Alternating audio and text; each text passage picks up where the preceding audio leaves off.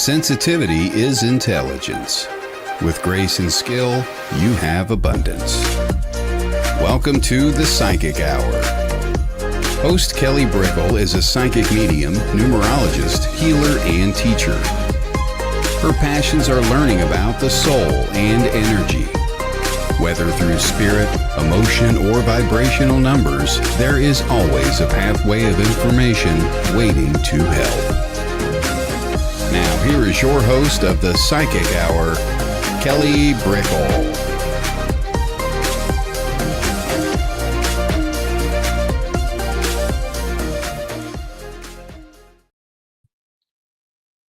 Hello, everybody. Hello, and welcome to the Psychic Hour. I'm Kelly Brickle, and we have the Psychic Hour interview show today, and we have the wonderful Suri Sawyer in the house.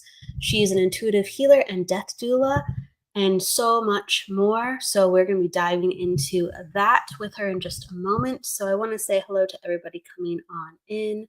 Hello, hello, hello, LP. Hi. And as you know, for the people who are coming in or coming back, this is a time where you can ask questions while we are talking. We aren't doing readings today, but we are looking at specific things and topics that come across as the natural discussion unfolds. So we welcome you there. And we can be talking about all things healing too along the way, LP. So yes, thank you.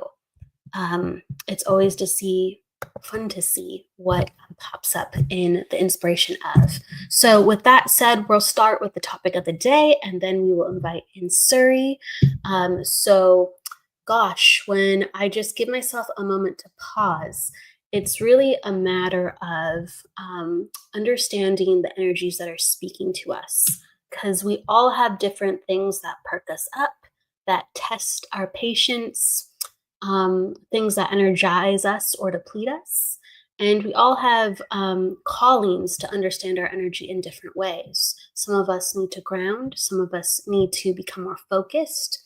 Some of us need to become more connected, whether spiritually or to a group, to expand our energy outward. Some of us need to go within because we are, let's say, scattered or fractured, or just busy. So we have to call ourselves back. And sometimes when we call ourselves back, right, then what do? So it's an oscillating effect of balance, and I need this, and I need that. And it's a dance. So we start becoming better at dancing. We start to become better at understanding rhythm and patterns for ourselves. We look to other people's patterns for inspiration, but really and uniquely, we're supposed to discover our own spark, our own song, and find joy in it. A lot of times we are figuring out how to dance, but we don't like the steps. Or let's say we knew how to dance, and then someone told us that those steps are not the way to do it. So it's a lot of flowing and opening up and trying new things, or returning back to certainty of authenticity. Hello, Ishika.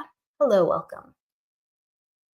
So within learning about our energy, it's just a matter of, I feel, being patient and excited and giving energy in a way where we are putting it into ourselves. I mean, we cannot help but put energy into ourselves, but there is a completely different orchestration when we are, let's say, going to work or meeting a friend or family, and we are going there with the intention of ourselves versus going to work, meeting a friend or a family member, and doing it because it's a responsibility, doing it because it's the right thing to do, or it's a promise, or it's a need.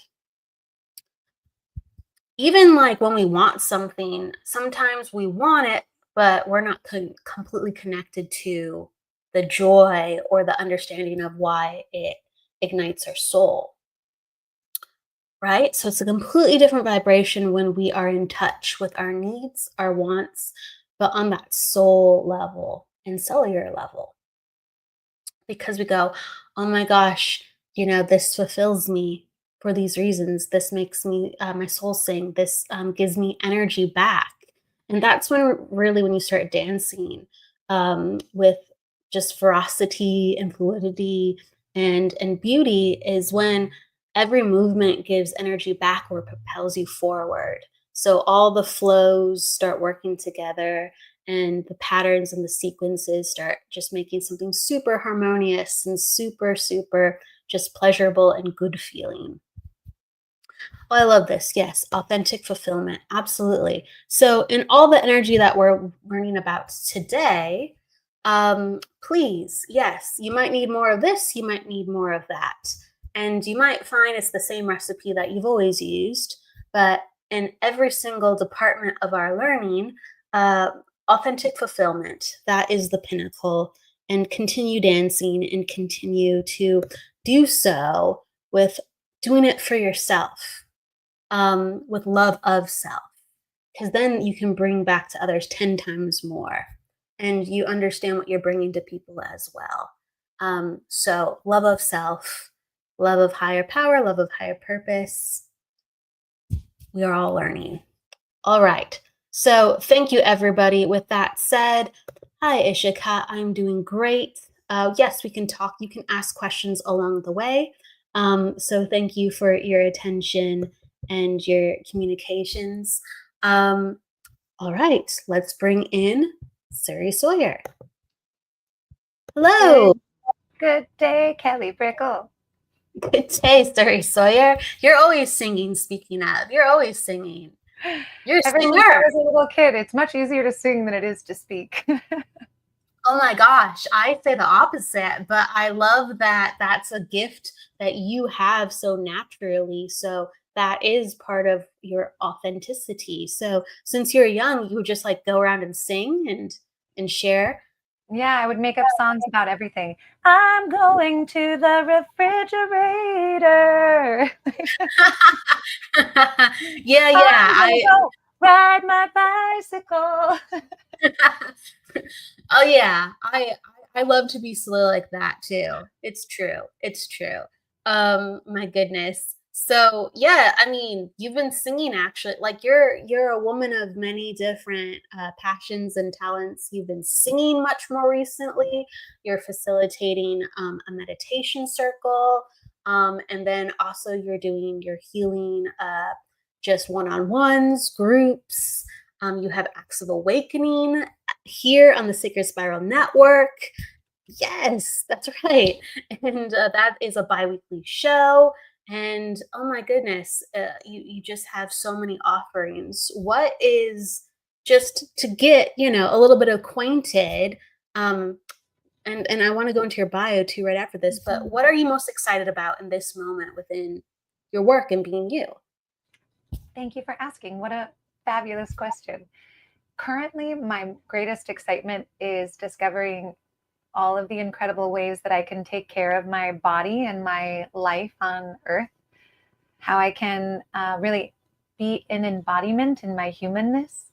And it ranges from, it's interesting, this morning I was down at the river and I thought to myself, this to someone in the Matrix or in the United States, working, having a 9 to 5, lots of busyness, things are going fast. How I spend a morning might seem like something that's out of a vacation. But then I thought to myself, if I wasn't able to do this for myself, I think I'd be frazzled. And I don't want to be frazzled. I want to be really calm and put together. So currently, I'm really excited about having time in my life to be practicing yoga consistently, having time in my life to be able to go walk in nature every day, having time to go and actually dunk myself in the river and really sit with the elements of nature.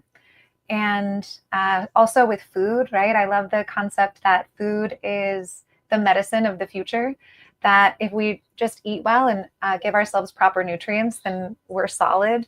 And that's been, for myself, the thing that's been really lighting me up. And when I wake up in the morning, I'm like, how do I get to take care of myself today?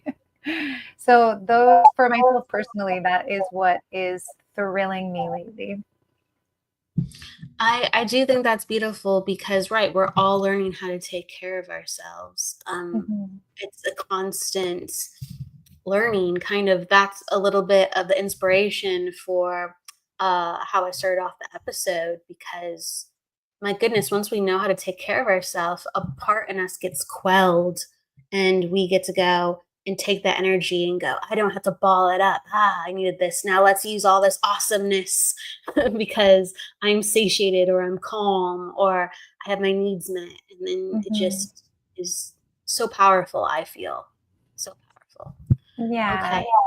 Yes. For a second, I want to shift, and I want to introduce you, Suri, in another way. For everybody who's familiar with Suri Sawyer, or if this is the first time you're learning about her, Suri Sawyer is a gifted psychic healer, Reiki practitioner, and teacher with a focus on ancestral healing and death-wise consciousness. The foundation of her practice is based in the 7 universal laws, motivated by profound passion to support individuals to rediscover their inner essence and achieve healing on multiple levels: physical, emotional, mental, and spiritual. Suri channels her abilities and knowledge through energy healing sessions, spiritual alchemy journeys, and immersive sound and sacred plant medicine ceremonies. You can additionally find her on her bi-weekly show on Sacred Spiral Network, Acts of Awakening, Wednesdays at 4:30 p.m. Pacific. Welcome, Suri.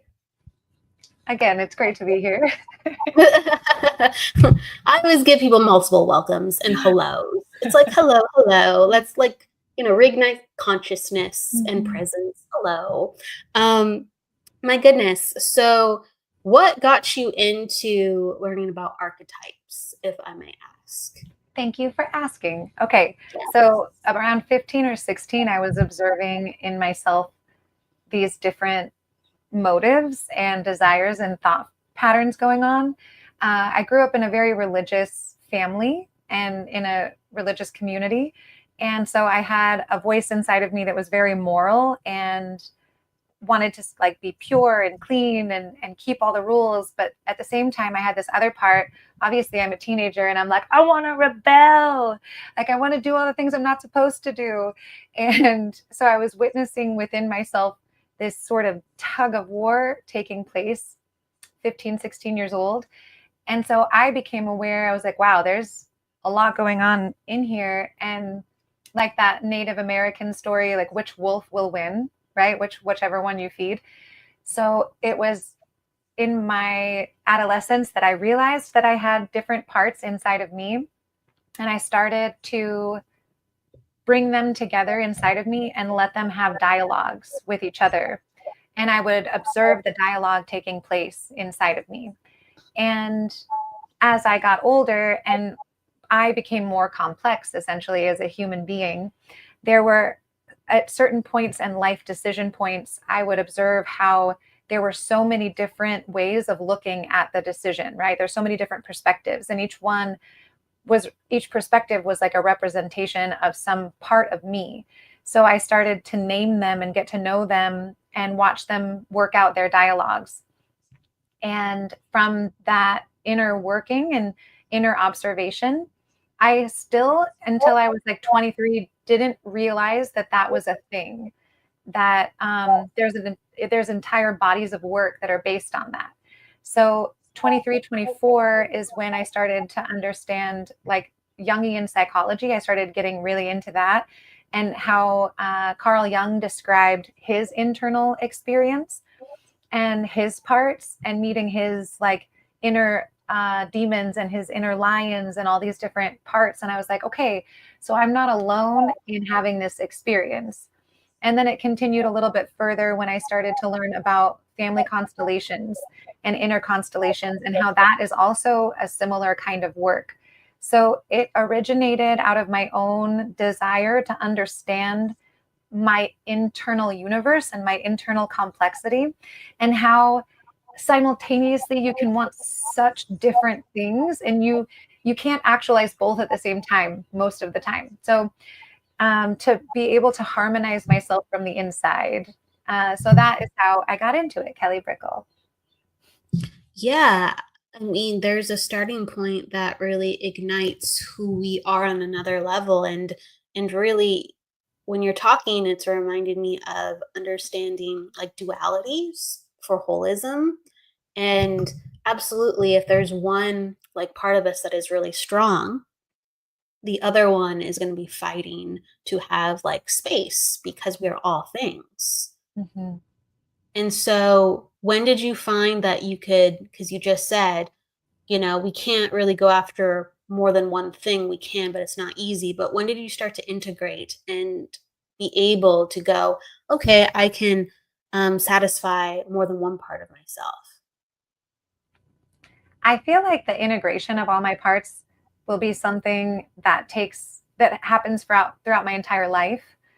And the reason for that is that as life is happening through me, different experiences and desires come up.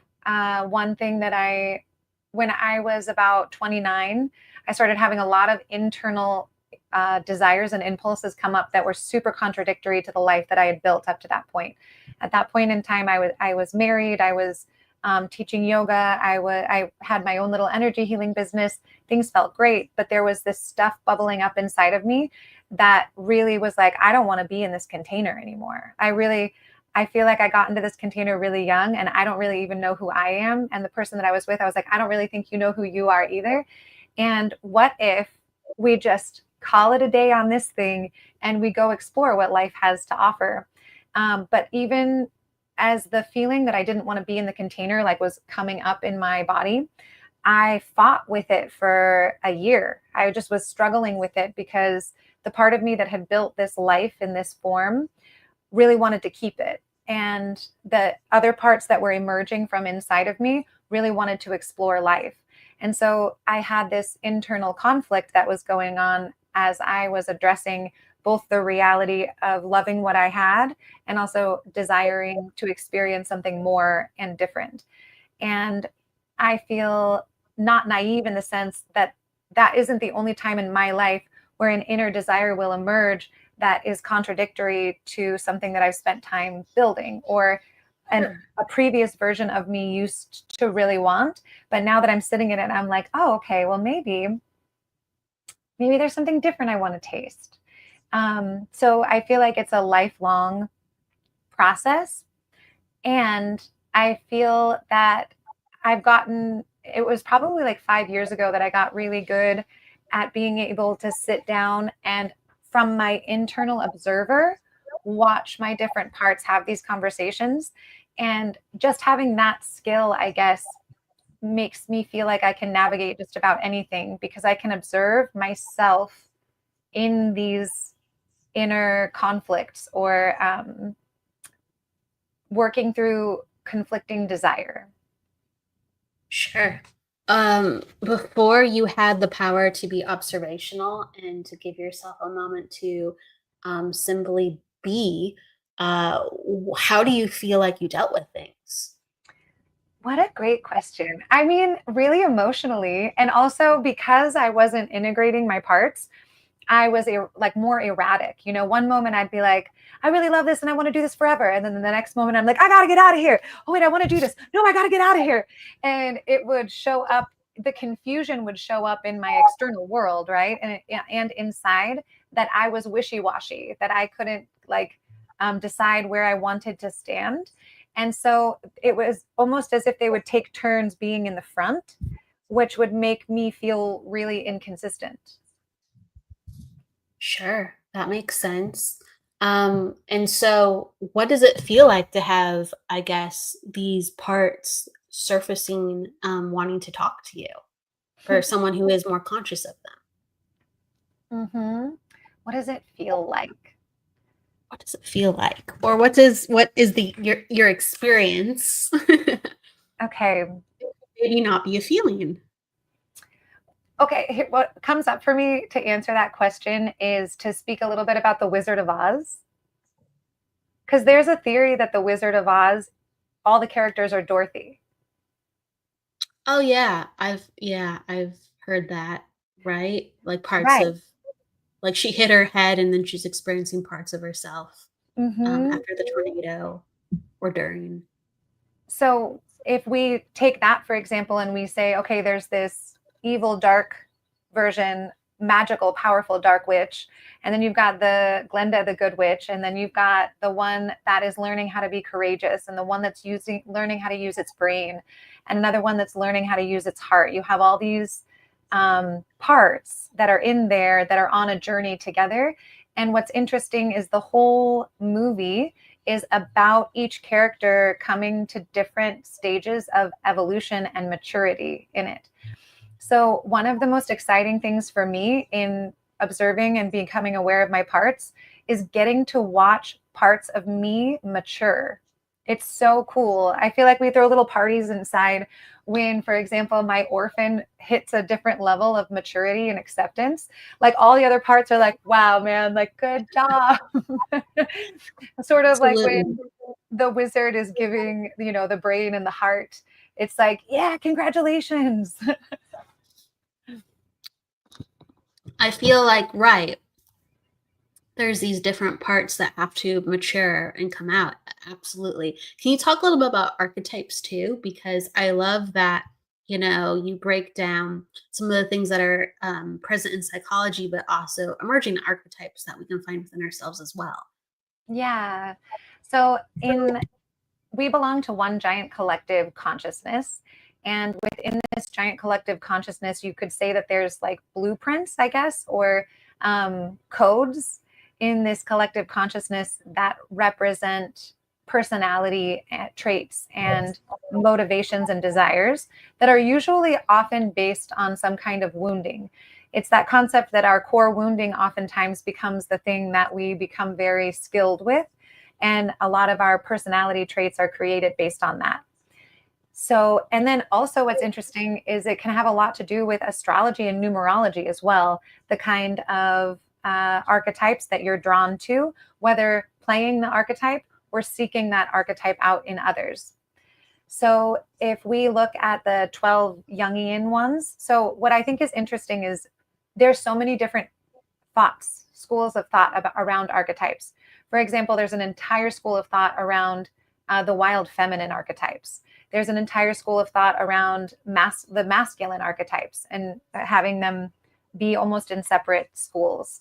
And then there's also a lot of shadow archetypes. There's a lot of mystic archetypes. But if we start with the basic 12, which would be the innocent, hi, Jennifer Rose, the innocent, the orphan, the caretaker, the hero, the rebel, the explorer, the king queen archetype, the mystic, the jester. So these are characteristics or personality archetypes or blueprints that every single human being holds within their coding. It's a little bit like our genes. There's 64 genes that we all have, but depending on how they're expressed, you appear different, right?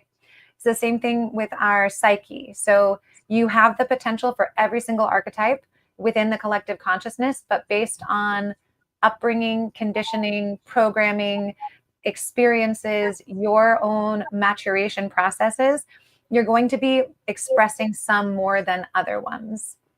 So that's is that good? Is that a good answer for you? Yeah, absolutely. Do you have any favorite archetypes? Oh yeah, boom, boom. Absolutely. So I always love the jester. The jester gets, man, if you're not having fun, like what are you doing, So the jester for me is so fun. Partly, I love that the jester is irreverent. I love that the jester kind of has permission to make fun of everything, to make light of anything. Regardless of how serious it might actually be, the jester has this way of being able to come in and just be like, what if we flipped it over on its head? And I appreciate in like history, the jester was the only one in the court that could make fun of the king, that had permission to be like, oh yeah, I'm totally going to poke fun at your hat because that's a ridiculous hat. But if anyone else in the court dared to tease or make fun of the king or the queen, like off with their heads, but the jester gets a free pass. Hey, when it works, it works. I do think that, right, there's a funny nature, no pun intended, on being the jester, but you know, like you can say that life is a game or life is, you know, something not to be taken super seriously because we don't have all the rules. We don't have a roadmap. We make them as we go. Or just to write, um, maybe not even view this as the real reality. So to poke fun of it. Mhm. And it's one way to, I guess, traverse through life. Yeah. And with that being said, there's also the mystic, um, and or the sage mystic archetype. And from that perspective, the sage mystic archetype, everything is sacred. Everything is sacred. Every breath you take is sacred. All of life is a sacred ceremony. Everything that you put into your mouth is sacred. Everything that you view is sacred. And from that perspective, you can become quite serious, right? From the sage perspective, if Yeah. everything is sacred, your body is sacred, this conversation is sacred, the sun is sacred, the grass is sacred, and not just the grass, but every single blade of grass is sacred. The ant is sacred, right? And so if you can, for both of those to coexist at the same time, you can start to get like sacred hilarity. And that thrills me to my bones. Sacred hilarity. Yeah, I do like that. I do like that combination. I wish we would kind of like talk about hybrid archetypes more often. Really quick, I want to say hello to Jennifer Rose again. Absolutely. She says, yes. Hello, Jess. Hello, Ronnie. Hello, Jeffrey. Hello, Quan Quandwo. I believe if let me know if I'm saying that right or wrong, but Quandwo. That is a beautiful name though. Hello, Quandwo. Hello, Bernie. Hello, Bernadette. Hello, Namira. Hello. Thank you everybody for coming on. But yeah, more about the hybrid archetypes because I'm very okay. Yes, we got it. Quandwo, thank you. Uh, thank you. What are some of those additionally? Let's see. Marvelous absurdity. It is marvelous absurdity. Sometimes I just have to sit back and be like, what is this incarnation? Like, what are we all doing here? When was the last time you looked at these things? Like, aren't they so strange? Oh yeah, sometimes the most obvious or the most familiar things can appear or register quite strange, you know. That's when you know Mhm. you've stepped out of your regular frame of reference. Absolutely. Okay, so I want to answer your question kind of indirectly. And I want to talk about hybrid archetypes actually being the result of maturation.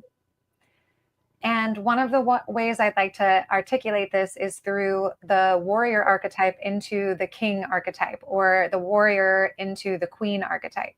So, through our soul's evolution, we come into Earth and we're really innocent. Most of us start out with this incredible amount of innocence, and innocent is an archetype. So we come in and we have hope, where everything is so magical.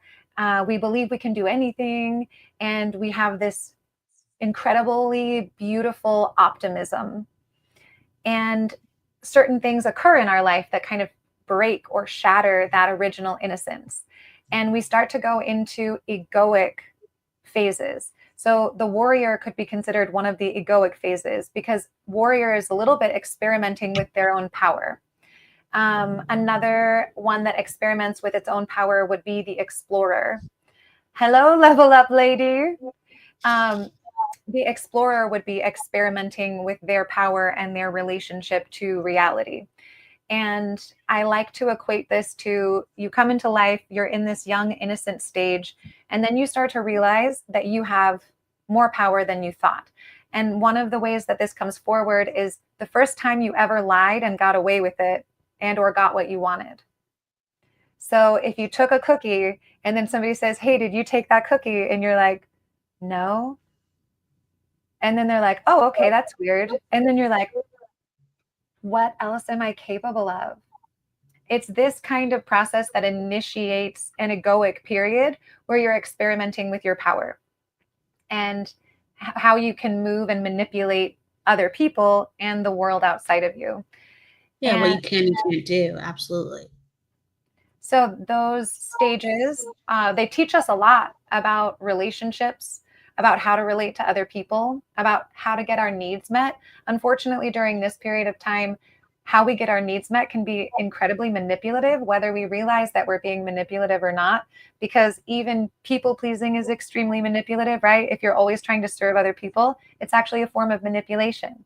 And so we play around with this until we get tired of it. And we also exhaust all of our avenues of using that kind of energy and exploration, and we'll hit a wall in our evolution. And we have a choice. We have a choice to keep playing that out and repeating those patterns, or we have a choice to mature into the next level of what we can become. And on the other side, after maturation, would be things like the sage or the royal. And the royal, I love this, is the best royal archetypes have had very strong warrior seasons because they understand at that point how to preserve and destroy. And they've preserved enough things and destroyed enough things that they've gotten a taste for what it feels like. And then they become a lot more discerning on what to destroy and what to preserve. And then they can elevate up into the royal, which is where they become less of a warrior, and they become stewards. They become stewards of life force. They become stewards of the places where they live, and they step into a higher evolution of stewardship over their life and anything that is under their stewardship. But to arrive at the royal without having the warrior experience can bring forward actually a very tyrannical royal. And so I would say that the royal is sort of this interesting combination of the innocent, the warrior, and then finally a like beautiful, just ruler or steward of life. So tyrannical without being the warrior or knowing what like the inner battlegrounds or the outer battlegrounds of what to truly fight for. So does the royal get what possessive or self-imposed, or what does tyrannical usually look like? Tyrannical warriors. How does the royal like abuse their power when they're considerate from that perspective? So abuse of power from a royal perspective, I think we can look at that like throughout the Middle Ages and different things like that, where there's someone who's holding a literal royal seat, and then you have all these people underneath you that are in poverty, working for you. They don't have really what they need. And it's still happening today. The ones who are growing the food don't have enough to eat.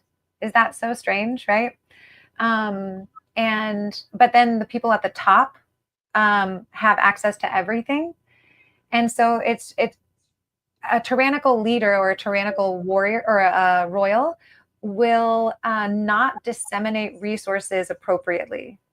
And so it's an out of balance relationship to resource itself, whether the resource be humans. So we could say that an out of balance or tyrannical royal will have sensations of exploitation. They may exploit people, they may exploit water, they may exploit food to maintain and hold power. And so it becomes extremely manipulative and you're using others to maintain your status. Whereas in a healthy royal expression, someone is sitting in a seat where they're overlooking a lot of things. And it is a powerful seat, but someone who sits in that seat, they can know, okay, so I'm the one who's overseeing, and this is a really big job. How do I do this and disseminate resources appropriately so that every single person and being in this system is thriving and doesn't feel exploited by the system and the way that it's moving, and that everyone feels like they're contributing and has a piece, an important piece, and that we all thrive together. That would be a higher level of stewardship. Wow, I think that's really important to talk about because, you know, when we are developing, a lot of times if we are new to developing or we're working on one aspect of ourselves that is new, we look to role models and teachers and people who we consider the royal, right? Like, oh wow, they have like an elevated perspective, or they have wisdom or knowledge. And some of these people, right, they either do or don't do these things. And that's like a very, I think, perceptive way to look if this person that, let's say, you view as a royal is truly a royal within their archetype. Are they generous with their resources? You know, are they manipulative when they need something? How do they really orchestrate within the royalness? Mhm. I really like this conversation. So you're talking about like they'll be tyrannical. Is there another thing that you see surface, or is there another part that really balances out the royal? Like you said, the warrior archetype makes for a really good royal. Um, is there another one to help flesh out the royal sometimes too? All right. So to flesh out the royal, well, I feel like the royal wants to like it's beneficial for the royal to understand all the archetypes, because a royal is usually in a seat of decision making in life. They usually have people that work with them or under them, and so it's important for them to be able to understand multiple perspectives at once. And so it's important to understand, hey, there's a lot of like sweet innocent ones that are here that need to be accounted for. There are also people, or there's also people in the field that are experiencing the depths of the orphan, and they feel outcast and rejected. Like, how do we bring them home? Within that, okay, we've got the mind of the caretaker. As a royal, I'm gonna listen to the mind of a caretaker, because their compassion is something that I can learn from to better implement systems that are not exploitative. And like I had said, the warrior becomes a really great royal because it's strong, it's hardworking, it knows what to protect. I think that's a really important aspect of leadership or royalship, is knowing when it's okay to allow something to crumble, and knowing what is important to protect and preserve, which would be whatever you're stewarding, kind of like a garden, right? Like sometimes it's time to pull stuff out because the harvest is done, and you want to pull out those plants so that you can plant something new. And it is a form of destruction, but it's a form of destruction that leads to something where there can be a new harvest. And so it's a lot of discernment is required in both the warrior as well as the royal. Yes, yes, I was fascinated to talk about it because, like you said, a lot of um, the royal's power is when they know, or a person knows, about the other archetypes to manage others and themselves. So I think that is kind of one of the most fascinating ones to talk about, truly. Thanks for bringing it forward. I wasn't planning on talking about that so much, but I do appreciate the royal. And for myself, because of the kind of groups of people I hang out with and where I live in the world, there's a lot of like Peter Pan syndrome happening. I don't want to grow up. Yeah, Never, yeah. never land forever. With some, yeah, I would say with some groups of people, or even spiritual practices, you'll see that come out in certain environments in full force. Yes. And as I look around, I'm like, whoa, okay, I'm gonna need all y'all now to like step into the next level, because what we need less of is like forever little boys and girls. And I would love to see myself surrounded by people standing in their kingship or their queenship. I taught a online workshop a couple years ago, and I called it Raja Maya, which means royal illusion. Um, Hmm. and it was all based on the principle of each one of us throughout the 6 months that we were working together, each one of us being able to step into our royalty within ourselves and see ourselves as stewards of our lives, and then being able to see everyone else as a powerful steward of their own lives. And can you imagine the reality that we would live in if each person assumed their throne? Yes, absolutely, absolutely. Um, I I do think subconsciously we are trying, but it's a whole nother thing to take reign. Yeah. And to have a lot of compassion for the other people, as well as ourselves, trying to rule things accordingly. Hello, Michael. What up, Michael Zinn? Hey, Michael. I want to say hi to Nancy and Jess and Level Up Lady too as well. Hello, everybody. Thank you. But if Thanks anyone has go here. ahead. Go ahead. Oh, I just wanted to say thanks for being here and giving us your attention. That's very special. Absolutely. I love the energy that some of our friends bring, Jennifer and Michael and Nancy, and as I'm getting to know everyone else along the way, it's really special. It really is. I do think like there's a certain reverence that naturally exists in life, like a sacredness, sure. And we all have something that we hold like special or important. And right, we're going into the mystic a little bit from like talking about the royal, but yeah, if we could allow just the ascension of our consciousness from the royal perspective or the mystic perspective or all other perspectives. Each archetype really lends us to evolve. So I love talking about this. Yeah. I love the Kelly, arts I and the have a stuff. question for you. Yes. All right. So I'm 37 years young, and it wasn't until about last year that I finally was like, oh my God, I'm a woman.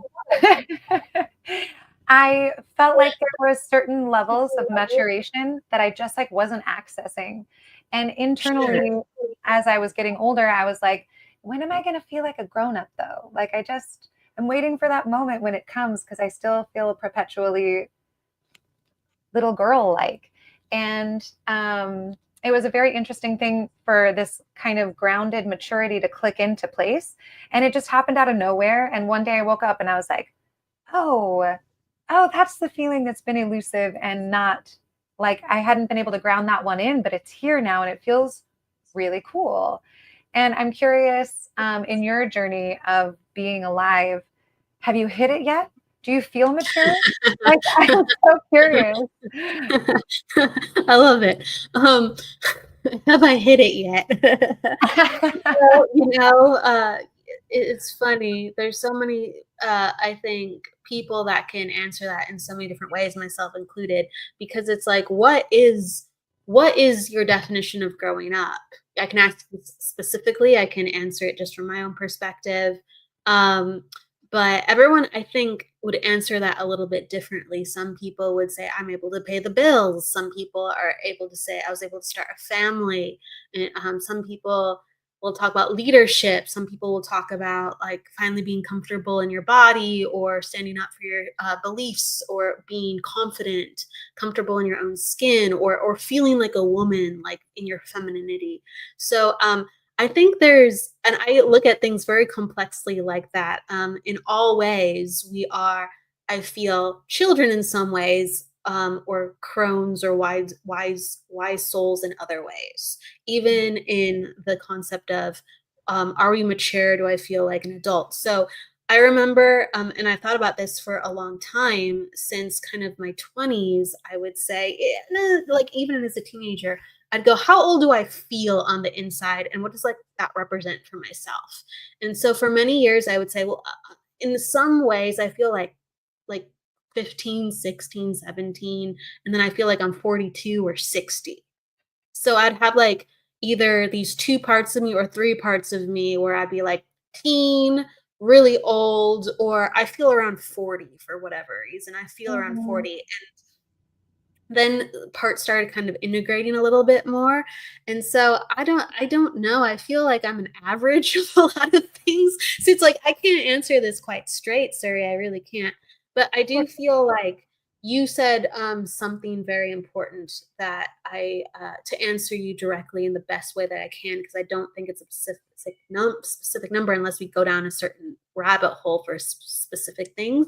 To answer you, you said I grounded this part of me and I felt this is what it feels like. So at certain points within my life where I've had a spiritual epiphany, where I've had a perspective of another person, where I've had the role modeling energy of someone being able to teach me a certain vibration, it's something that had to ground where I go, this is it. And it's really a grounding within the body to make me feel a certain way or a certain like characteristic of the age. That's where it is. So I think like 34 through 36.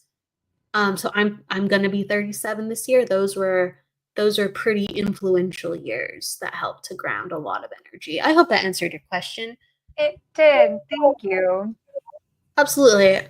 It's very long-winded, but it's true. So you said 37, that was a big year for you this I'm year. in my 37th year. Yeah, it was like last year, about a year ago-ish, when I felt like this other frequency just grounded in my cells. Like, and to some degree, I feel like I knew the frequency that when I felt it, I would know it. And I would kind of be like, but where is it? Like, can it come yet? Can it come yet? And it just wasn't time. It's kind of like planting a seed and you have to just wait for the fruit to ripen. You can't force it. You can't make that rosebud open. No, you can't. You can call out to it. There's that quote, what you seek is seeking you, but you're not in charge of the timeline always on that one. Yeah. Yeah, that's like, maybe like this is just a metaphor, like a toddler that loves cars and is ready to drive. Well, they have to wait, another maybe 10 years if they want to practice driving, at least practice, not full on. So it's like we have to wait for certain part of ourselves to arrive, even if we know inside of ourselves who we are. So I think that's a fascinating one too. You're like, where is it? I know I am this person. Where is it? And so I think archetypes help make us conscious of what we're working on, but sometimes, right, there's a disconnect from what, like the body and what the consciousness can have. And so I think that's important to talk about because, like, within spirituality, and I want to hear your perspective too. People are seeking spiritual knowledge. So they're not concerned with their body as much. Sometimes it depends on what type of spirit, like with healing, it's different a little bit.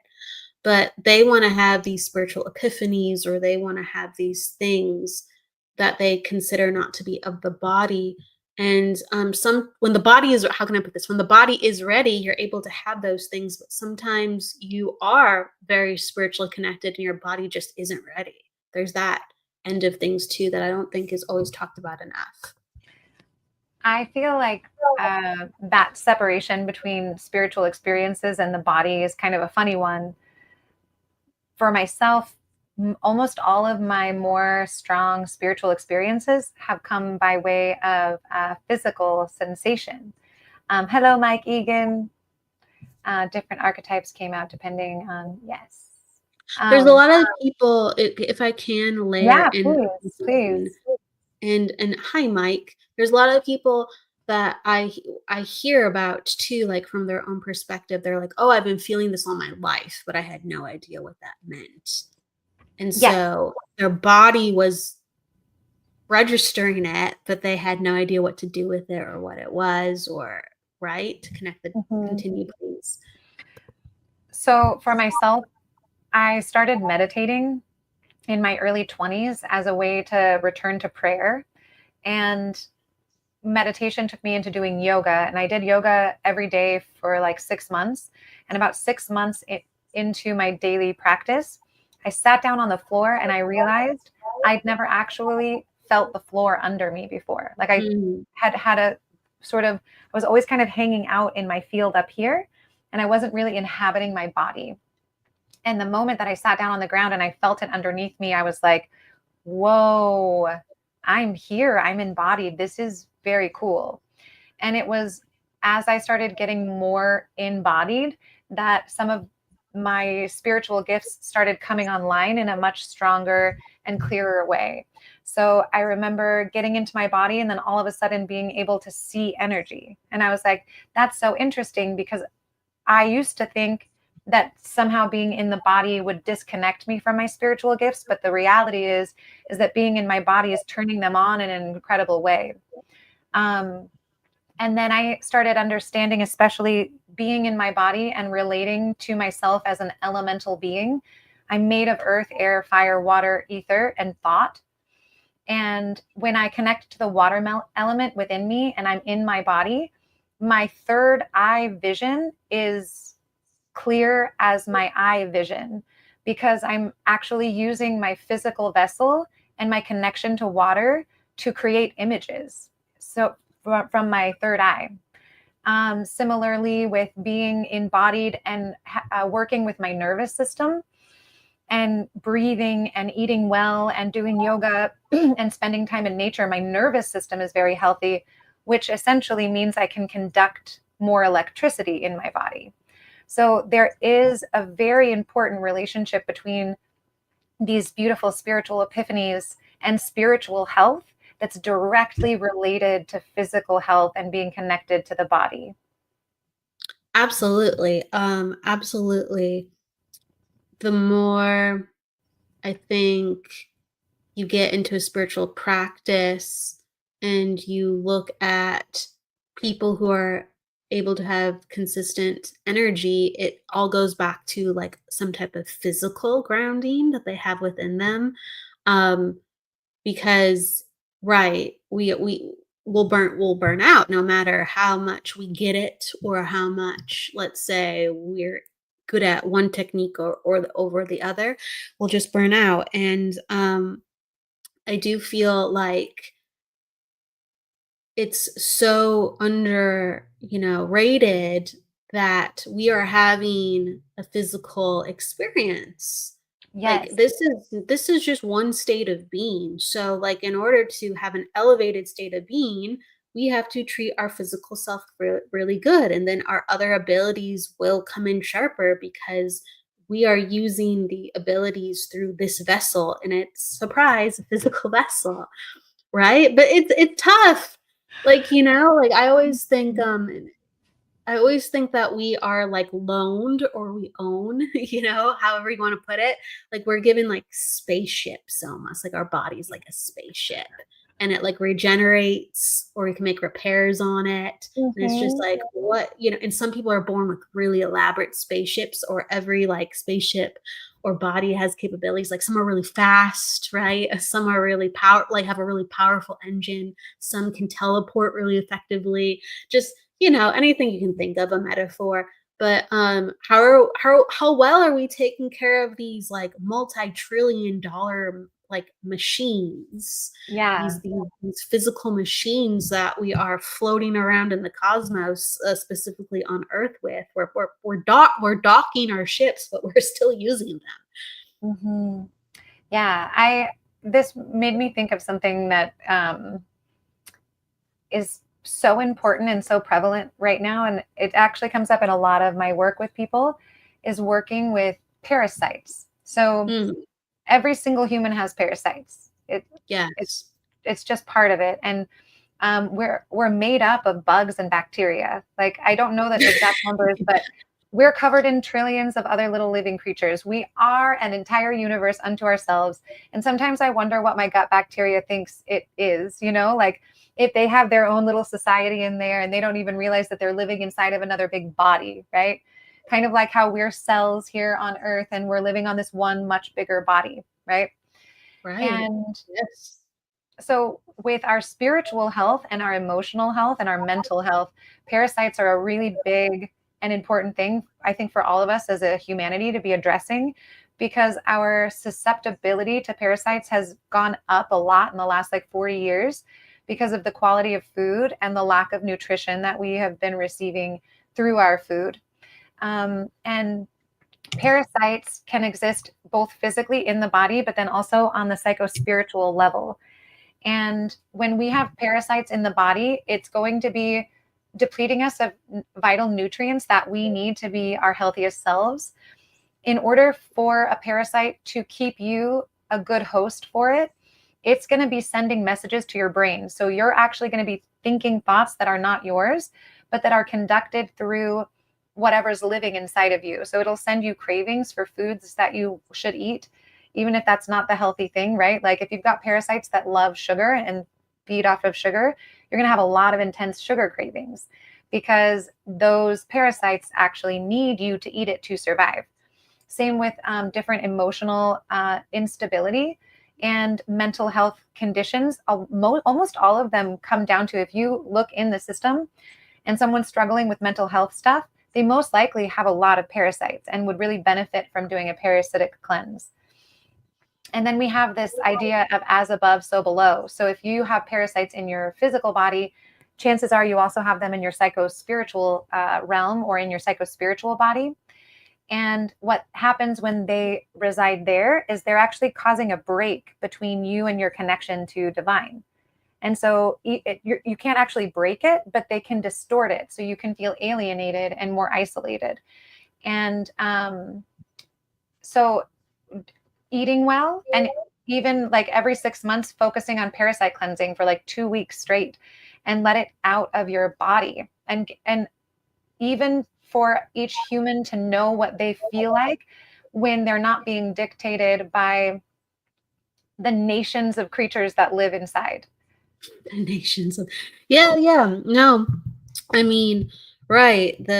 We share this planet and we share our body with so many different organisms. And there's just within the food we eat, right? There's just natural, it's in vegetables and meats. You have to make sure you have clean water, all that stuff, right? And we are responsible for the states of our bodies. And I do believe, though, I think it's rather fascinating. I do think when a person is within their spiritual center, they can have the craziest diet in the world and their body burns so effectively that it's like you're putting straight up poison in your body, like straight up poison in your body that has like zero nutritional value, but the person is just so aligned within their purpose, so aligned within what's important to them, or they are for that year or that that month. So I think energy does trump all, and energy can heal, and energy can reset, and energy is where the miracles are. But right when we're looking at the state of our physical body, it that's the house of a lot of power as well. And when we marry the two, my goodness, anything is possible. Anything is possible because we can only keep up that spiritual eternal state for so long because we're in a finite condition. So like that's why I think it's important. Ultimately, I'm going to sum it up. People go, oh, why don't we just the eternal universe, God, why aren't we just leaning into more of that? And it's like we are, but if we're not taking care of our body, we can't hold it for a certain capacity other than a limited amount of time. That could be a day, that could be 2 hours, that could be 30 minutes. You know what I mean? But the more we know ourselves, the longer we can carry that in our vessel effectively, and then do quite miraculous things. Michael Zinn is saying I can't say that word right now. Physiological and energetic parasites. Yes.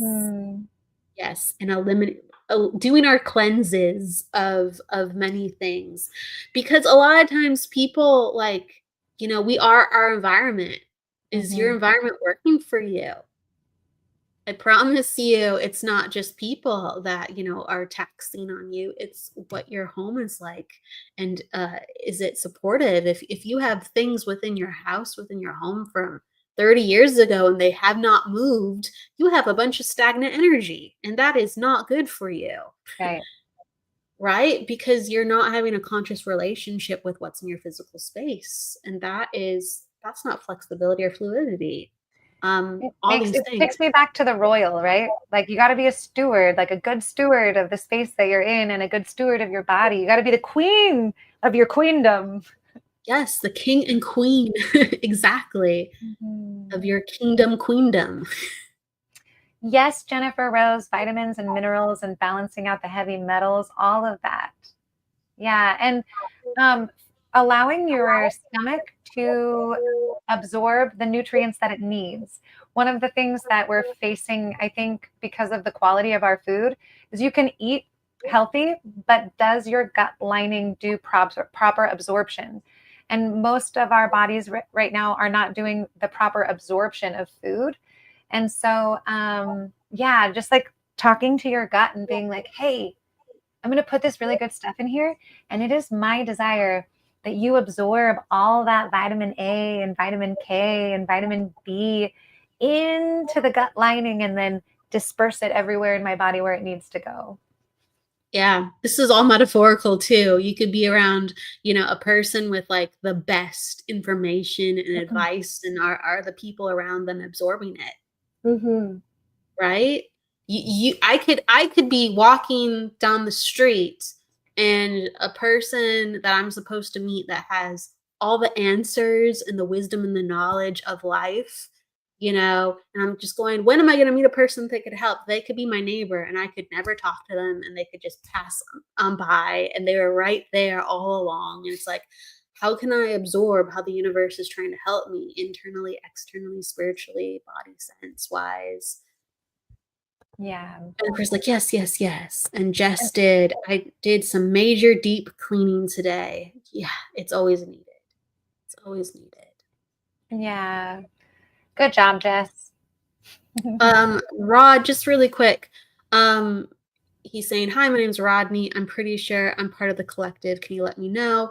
We're all part of the collective, Rodney. We're all part of the collective. We all share consciousness. So that's my thoughts on that. Suri, would you like to add anything? Welcome home, Rod. Yeah. Hello. Remembering Welcome yourself. home, man. Jennifer Rose. Yes, exactly. Why we need a good gut biome. Yes. Absolutely. So we're talking about healing a lot and consciousness a lot. And really quick, let's say I send love to my body, and we do that in my group meditations because we are like God to our bodies. I love that. Rodney, no, just finding my place. Yeah, hey, it's a journey that we go on, and you will get answers as long as you keep putting your feet and self forward. So thank you for journeying with us, Rodney. You have a bunch of exciting things coming up. Speaking of meditation, you have the sacred wave that you are developing, and that is for 8 people to come collectively together for meditation, for healing and fantastic other sharings. Can you explain that and what inspired that as well for you to? I would love to. So yes, the Sacred Wave is a 9-week meditation container, and I'm inviting 8 people to come and join me. There's a few spots left, so if this sounds like something you would want to be a part of, reach out to me through the website, womanbealive.com. So in the Sacred Wave, we'll be doing all together as a group the Krit and Kriya daily. So the Krit and Kriya comes from the ancient Sikh tradition, also from the Kundalini tradition. And it is an 11-minute meditation where you're using the nerve endings in your fingertips and the nerve endings in the roof of your mouth. You're using sacred rhythm and 3 voices. You're using your out loud voice, your whisper voice, and then thinking in your head with the voice inside your head. So the way that it works is you sing and do this with your fingers. Hang on. Satanama, Satanama. So you do that and you sing it out loud for a couple of minutes. Then you whisper for a couple of minutes. Then you think it. Then you sing it. Then you whisper. Then you sing. Using the 3 voices is communicating to the 3 layers of consciousness. You're singing from this consciousness where Kelly and I are talking now. When you whisper, you're communicating with your subconscious. When you go into the thought form, you're communicating with the superconscious or the collective consciousness. When you are striking your tongue at the roof of your mouth, if you'll say sa, ta, na, ma, you can observe that you hit the front of your mouth first, then a little further back, then a little further back, and then it's open. And so what you're doing is you're rhythmically hitting the nerve endings at the top of your mouth, which is producing serotonin and dopamine, and also turning on all the electrical circuits in your nervous system. It's the same thing when you strike your fingers together, the thumb and the pointer, the thumb and the middle, the thumb and the ring, over and over, because you're stimulating the nerve endings in your fingers on both hands as you're doing this. So that's the technical aspect of the meditation that we're going to do daily. But what excites me the most about this particular meditation is that it organizes your bodies. So we have the physical body, the emotional body, the mental body, and the spiritual body. When you do this meditation daily, you're organizing the bodies and bringing them all into alignment. The other thing that it does is that it does help you with the production of serotonin and dopamine. So over a long period of time, you can feel just more consistent levels of contentment and happiness and peace and calm. It also is scientifically proven to lengthen your telomeres. And I don't know if you guys know about telomeres, but from the time you're born, they start shortening, and that's what causes aging. So Yes. if you knew that there was something that you could do every day that would repair your telomeres, wouldn't you do it, right? So that is, and part of the reason we're doing it every day is the goal is for every person in the group to get a 40-day chain of consistent meditation. And obviously the meditation container is longer than 40 days because inevitably we're going to miss a day here and there.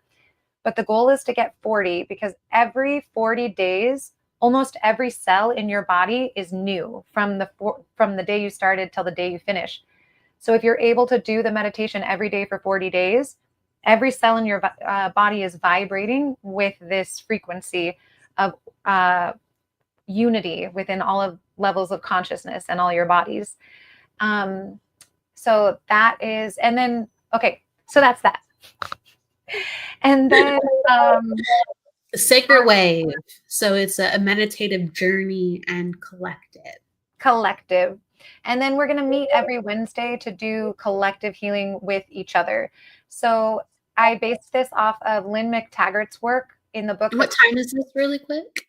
Oh, it's Wednesdays at 6 p.m. Pacific time. Mm-hmm. And then when you meditate, it's just whenever it's the best for you. But I always recommend doing it first thing in the morning so that you don't miss it. And this starts in September. September 3rd. Yeah. September 3rd. Okay. Mm-hmm. And you have a couple spots open. I believe I have 4 spots. I just started marketing it the other day and there's 4 spots taken. So there's 4 spots left. Perfect. Yeah. I think it's very important for people to have group development and meditation or things like sitting in the power. It's the framework for everything. Mm-hmm. And if you have other people with you, oh my gosh, even better with how you speed up what you're trying to do. It is true. Mm-hmm. Yeah. Also, too, as well, you have like one-on-one offerings and healing services. So you do Reiki and ancestral healing. You're a death doula. And also, I have to look at this one for a second. I love it. But may you tick. What is that exactly? That's one of your 6-month containers, your 6 months program. One of your 6 months programs that you offer, and you're like one-on-one with the person holding space for a person, consistently for 6 months. But yeah, what is my UTIC? May you tick. May you tick is a Socratic method of evolving and maturing and becoming more self-aware through reflection and question asking. And May you tick also comes from midwife, so someone who stands in the middle of dimensions. It could be really anything, stands in the middle of a portal. So when I do Mayutic work with people, they sign up for anywhere between 6 months and a year. And we meet twice a month, every month for that period of time. And my clients range drastically. Some of them are going through grief or transition periods. Some of them just want to remember what it's like to connect to themselves. Some of them have been realizing that they're stuck. There's like a pattern they keep repeating and they don't know how to stop it. And so through the connection, through meeting twice a month, by me listening, I listen to the stories that they tell. I listen to the archetypes that are coming forward with strength. I listen to their word choice that they use. I also listen to the tone and timbre of their voice and will reflect back. I'll just say what they said to them. And they'll be like, whoa, I didn't realize that I felt that way. And I'm like, yeah, you said this same word 3 times in the last like 5 minutes. What does this word mean? You know? And so Absolutely. I get to behave as an intelligent mirror and also a safe mirror, a safe container where anything and everything can come into this container. You can express, you can release, and we navigate and bring the most beautiful version of you out into the world. It's a luxury that everybody should definitely take seriously within their life, to have someone hold the space for you, in whatever capacity that feels right. But to have a 6-month space where someone is helping to guide you to become more conscious with your own practices and energy, it's something very powerful indeed. So please check that out as an option for Mayutic healing. Am I saying it right? You are, yeah. Okay, thank you. And then Ishika, you had a question earlier, but we are doing the interview show today, so no personal readings. But if anyone has any questions about their own healing journey from the perspective to share, or any comments regarding that, is always on the table. Jennifer is asking, are you holding retreats in Costa Rica? Jennifer Rose, thank you for asking. I am holding space for private retreats. I haven't planned anything that I'm marketing or advertising at the moment. But for anyone that's interested in coming, I have someone coming in August, and we're going to go hiking. We're going to go to the beach. We're going to go to the rivers and the waterfalls. We're going to do some plant medicine ceremonies. So if anyone is interested in coming with just themselves or with a friend, I have this beautiful hostel here in the mountains of Costa Rica, and everything is accessible to us. And we get to curate the experience based on what it is that you want to do while you're here. And Michael, Zinn, and I were talking about holding a retreat here probably in January or February of next year. So stay posted for that. And then while you're all listening, I'm just going to throw this out there. If Kelly Brickle, Jennifer Rose, and I put together a retreat, would you guys come? Because I think that'd be really rad. Of course they would come. People would come. Start putting that out. Is that something you'd like to manifest, Suri? Yeah, Kelly Brickle, let's have a healers retreat out here in Costa Rica. I would love it. I would love it. I've always wanted to go to Costa Rica, and we would put together something quite magical. Definitely. All right. So maybe we have to continue creating after the show for that. Jennifer says party. And then she's asking additionally, Angie, facilitate plant medicine in Costa Rica? Yes, as well. Yes. Thank you for asking, Jennifer Rose. I do offer the facilitation of different plant medicines here. And if that's something that you're interested in, please reach out. I love to do work before and after the medicine to see how that is all, how it aligns with you. And yes, you can come and be here in nature, in a beautiful place, and held in a beautiful way while you explore different perspectives through the support and guidance of different plants that are here. Beautiful. And that is at Harmonia Divina. And that Harmonia Divina in San Gerardo, Costa Rica. Yeah. And that's like, where people can come and stay and have a place while they are on the retreat, or even stay if they are traveling through Costa Rica. So that is, again, Suri, you have so many things to offer for people to feel connected, safe, and elevated. Thank you so much for being you and all that you have to give. I always give guests the last word as well when they come on the Psychic Hour. So, what is something from the heart that you're inspired by or that you wish to share? And hello, Lynn, welcome. What is something you wish to share?